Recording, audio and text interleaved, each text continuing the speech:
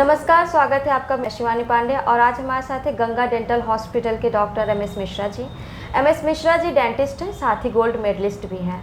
दांतों की अनेक समस्याएं हमारे पास आजकल देखने को मिलती हैं। बच्चे हों या नौजवान या बूढ़े, हर कोई दांतों की कई प्रकार की समस्याओं से जूझ रहा है। डॉक्टर साहब से आज हम दांतों से जुड़ी समस्याओं के कारण और निवारण के बारे में कुछ जानकारियाँ लेंगे।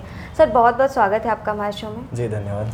सर, सबसे ज़्यादा अगर दांतों की समस्या देखें तो कैविटी होती है, जो एक बच्चे को भी हो रही है, नवयुवक को भी हो रही है, बुढ़ों को भी हो रही है। तो कैविटी होने का सबसे बड़ा कारण क्या है? देखिए, बच्चों में जो कैविटी होती है उसमें सबसे बड़ा कारण है खाना खाना, मीठा खाना, चॉकलेट खाना। और जो छोटे बच्चे हैं, जैसे ब्रेस्ट फीडिंग जो बच्चे होते हैं 1 साल या उससे ऊपर के, उनमें कई बार वो बॉटल का दूध पीते हैं। बॉटल के दूध में चीनी मिलाई जाती है मीठा करने के लिए, तो ऐसे में उनको नर्सिंग बॉटल सिंड्रोम हो जाता है। छोटे बच्चे होते हैं 1-1.5 साल के, लेकिन सारे दांत उनके काले पड़ जाते हैं। उसके अलावा मीठा खाना, और सबसे प्रमुख कारण है खाना फंसना। दांतों में अगर खाना फंस रहा है तो उसकी वजह से वहाँ पे बैक्टीरिया, स्ट्रेप्टोकोकस म्यूटेंस आ जाते हैं और वो एक गड्ढा बना देते हैं, कैविटी बना देते हैं, और जो बाद में पेन करने लगती है। सर, बात अगर मीठे की आप करें तो क्या मीठा खाने से ही कैविटी का सबसे बड़ा होने का कारण है या फिर और कई चीज़ हो सकते हैं खाने में? मीठा मतलब जो भी ऐसे चीज़ें रहेंगे जो कार्बोहाइड्रेट होता है, यानी खाना सीधा सा खाना है, दाल चावल भी है, अगर वो फंस रहा है दांतों में तो पूरा ओवरनाइट, रात में इसीलिए बोलते हैं, डेंटिस्ट बोलते हैं कि रात में ब्रश करके सोना है। अगर वो पूरी रात खाना फंसता है तो वो खाना सड़ता है, और सड़ने के बाद फिर उसकी वजह से जो दांत की सबसे ऊपर की कवरिंग होती है, इनेमल, वो ख़राब होने लगती है, दांत में कीड़े लग जाते हैं, कैरीज हो जाती है। जी सर, बात कैविटी की कर रहे हैं तो अगर किसी के दांत में सड़न आ गई है, 50 से 70% उसका दांत खराब हो चुका है, ऐसे में उसे ट्रीटमेंट के तौर पे क्या लेना चाहिए? रूट कैनाल ट्रीटमेंट कराना चाहिए या फीलिंग कराना चाहिए या दांत को निकलवा के नया दांत ही लगवा देना बेहतर होगा? देखिए, सबसे पहले हम देखते हैं कि दांत कितना ज़्यादा खराब है। अगर कैविटी स्टार्ट हो रही है, सब कहते हैं prevention is better than cure. पहले हम कोशिश ये करते हैं कि जब कभी हमें एक ब्लैक स्पॉट छोटा सा दिखा तो हम वहाँ पे फिलिंग करा लेते हैं, जिसको बोलते हैं पिट एंड फिशर सीलेंट, तो पहले ही वो कैविटी बनने ही ना पाए। तो पहले हम प्रिवेंशन करते हैं उसका। उसके बाद अगर वो आगे बढ़ता है, थोड़ा सा ज़्यादा कैविटी होती है, तो उसमें फिलिंग होती है। आजकल दांत के कलर की फिलिंग, कंपोजिट फिलिंग हो जाती है, और वो कैविटी अगर पल्प चेम्बर तक इन्वॉल्व हो जाती है, मतलब काफ़ी अंदर तक चली जाती है और हमें पेन होना स्टार्ट करता है या कभी स्वेलिंग आती है, तो ऐसी कंडीशन में फिर रूट कैनाल करना होता है। और जब दांत एकदम होपलेस हो जाए, जब कोई ऑप्शन दूसरा हो ही ना, तो ही दांत निकलवाना। सर, आप रूट कैनाल की बात कर रहे हैं, कभी कभी दांतों में पायरिया हो जाता है और ये काफ़ी हद तक लोगों को देखने को मिलता है, तो पायरिया ना हो इसके लिए क्या करना चाहिए? देखिए, जो पायरिया है, सर्दी, खांसी, जुकाम जो होती है, उसके बाद सबसे ज़्यादा लगभग 90 से 92% लोगों को पायरिया होता है। पायरिया के लक्षण है मुँह से बदबू आना, कभी कभी पस आना, और कभी मसूड़े सूज जाते हैं। तो पायरिया ना हो इसके लिए प्रॉपर दोनों टाइम ब्रश करके सोएं। पायरिया एक बीमारी नहीं है, मैं तो कहूँगा पायरिया एक अपराध है कि आप कहीं ना कहीं से अपने दांतों के लिए सजग नहीं है, आप लापरवाही कर रहे हैं, गंदगी इकट्ठा हो रही है, और उस गंदगी की वजह से ही आपके मसूड़ पायरिया हो जाएगी, कभी पस आने लगेगा, सूजन आने लगेगी। सर, दांतों में पानी भी लगता है बहुत लोगों को, और कहा जाता है कि ठंडियों के मौसम में ज़्यादा होता है, तो इसका क्या कारण है? जो दांत होते हैं उनकी 3 कवरिंग होती है। पहले इनेमल जब घिस जाता है पूरा और पानी हमारे डेंटिन तक लगने लगता है, तो उसको हाइपर सेंसिटिविटी बोलते हैं। तो हाइपर सेंसिटिविटी तब होती है जब कोई दांत ऊपर से घिस जाए, पहली लेयर उसकी, और ये ज़्यादातर 40 साल के बाद शुरू होती है। लेकिन कभी कभी यंग लोगों में भी दूसरे कारण से भी हाइपर सेंसिटिविटी हो सकती है। सर, बहुत लोगों का दांत बाहर निकला है या दांतों का शेप इधर उधर है, तो उसे बैलेंस करने के लिए दांतों में तार बंधवाते हैं। ऐसे में क्या उनके दांतों का संतुलन बिगड़ता है, उन्हें किसी प्रकार का आगे चल के नुकसान होता है? नहीं, वो पूरी तरीके से सेफ है प्रोसीजर। और आजकल, पहले ये कम आते थी समस्याएं, क्योंकि पहले की लाइफ स्टाइल, लोग गन्ना खाते थे, दातुन करते थे, तो जो दूध के दांत होते थे वो समय पे टूट जाते थे। आजकल हमारी वो लाइफ स्टाइल खत्म हो गई है, बच्चे इतना कुछ कड़ी चीज़ें नहीं खाते हैं, जिसकी वजह से उनके दूध के दांत रह जाते हैं। तो जब परमानेंट दांत आते हैं, वो या तो प्राइमरी टीथ के आगे आ जाते हैं दूध वाले दांतों के, या तो पीछे आ जाते हैं। जब वो दांत आगे पीछे आते हैं तो फेस ठीक दिखने के लिए, दांतों को बैलेंस दिखने के लिए दांतों में वायर लगाए जाते हैं। इससे कोई भी दिक्कत नहीं होती है, उसका कोई कॉम्प्लिकेशंस बाद में नहीं दिखता। सर अगर कुछ डाइट की बात करें तो कैल्शियम बहुत ज़रूरी है दांतों के लिए, तो ऐसे में क्या खाना चाहिए अच्छे दांतों के लिए? जो भी बैलेंस डाइट है, कैल्शियम और फास्फोरस दोनों चीज़ें दांत और हड्डियों दोनों के लिए ज़रूरी हैं। बैलेंस डाइट का जो चार्ट बनता है उसमें सारी, जैसे दूध सबसे महत्वपूर्ण है, दूध को संतुलित आहार कहते हैं। तो बच्चे हो या बड़े, डेली लगभग 150 ग्राम अगर डाइट में दूध है तो वो कैल्शियम सप्लीमेंट लेने की ज़रूरत आपको नहीं है।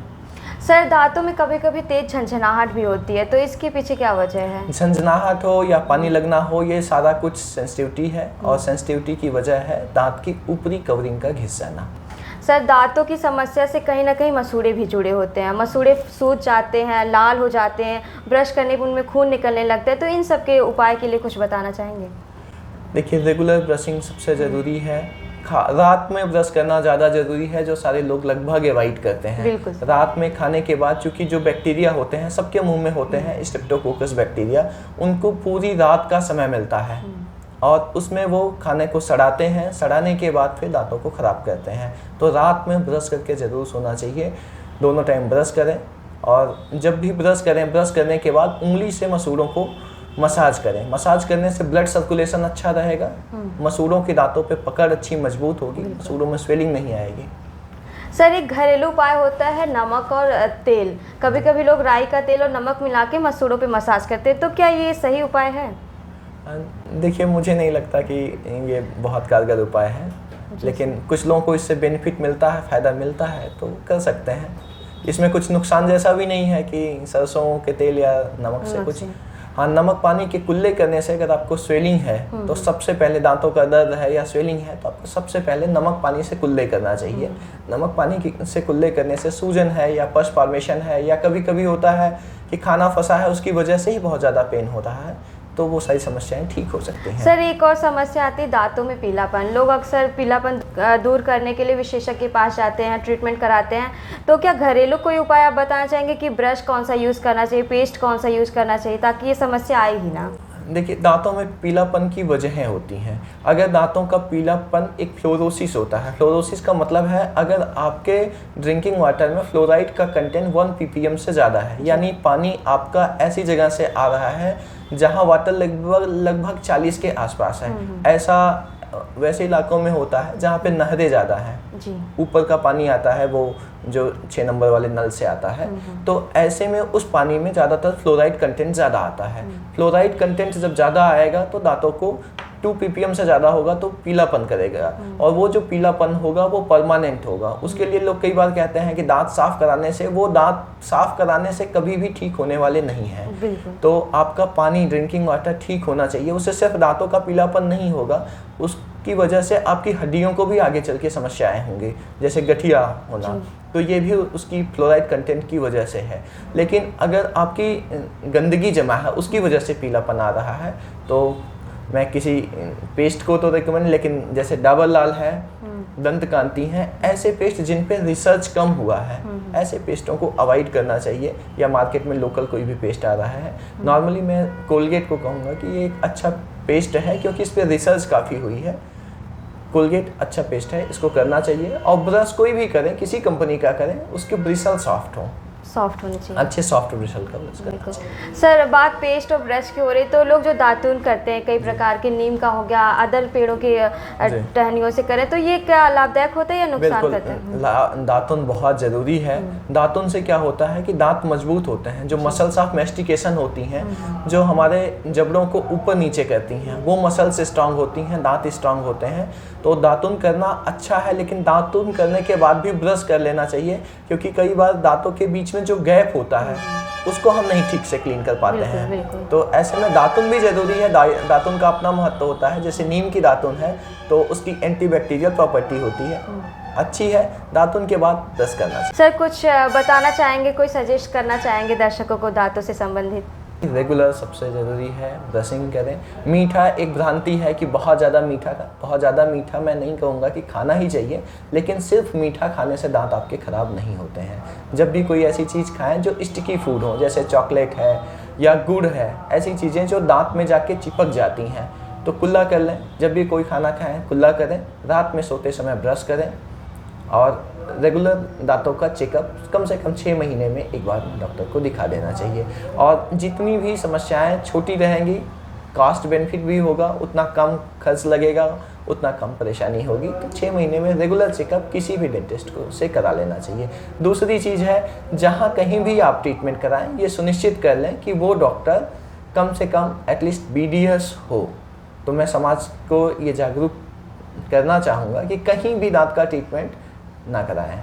कई बार होता है कि दांत कहीं भी निकलवा लिया, उसमें दांत की जड़ें रह गई, उसकी वजह से ओरल कैंसर, इस समय दुनिया में सबसे ज़्यादा ओरल कैंसर हो रहा है, और उसकी एक वजह क्वैक्स भी है कि वो निकालने लगाने वाले दांतों को फिक्स कर दे रहे हैं। तो आप सजग रहें और डेंटिस्ट से ही प्रॉपर ट्रीटमेंट लें। सर बहुत बहुत धन्यवाद, आपने अपना कीमती वक्त दिया। जी धन्यवाद आपका। आपने देखा हमारे साथ है डॉक्टर MS मिश्रा जी, जो कि एक गोल्ड मेडलिस्ट हैं और डेंटिस्ट भी हैं। डॉक्टर साहब ने बताया कि मीठा खाना ही एक बहुत बड़ा भ्रम है कि इससे ही कैविटी बढ़ता है। दरअसल ऐसी चीज़ें जो दांतों में जाके चिपक जाती हैं, हमें उसे खाने के बाद अपने दांतों को अच्छे से ब्रश करना चाहिए, साफ़ करना चाहिए, और कम से कम दिन में 2 बार सोते समय ज़रूर ब्रश का इस्तेमाल करें। ऐसे ही तमाम बीमारियों से सर ने हमें अवगत कराया। नमस्कार।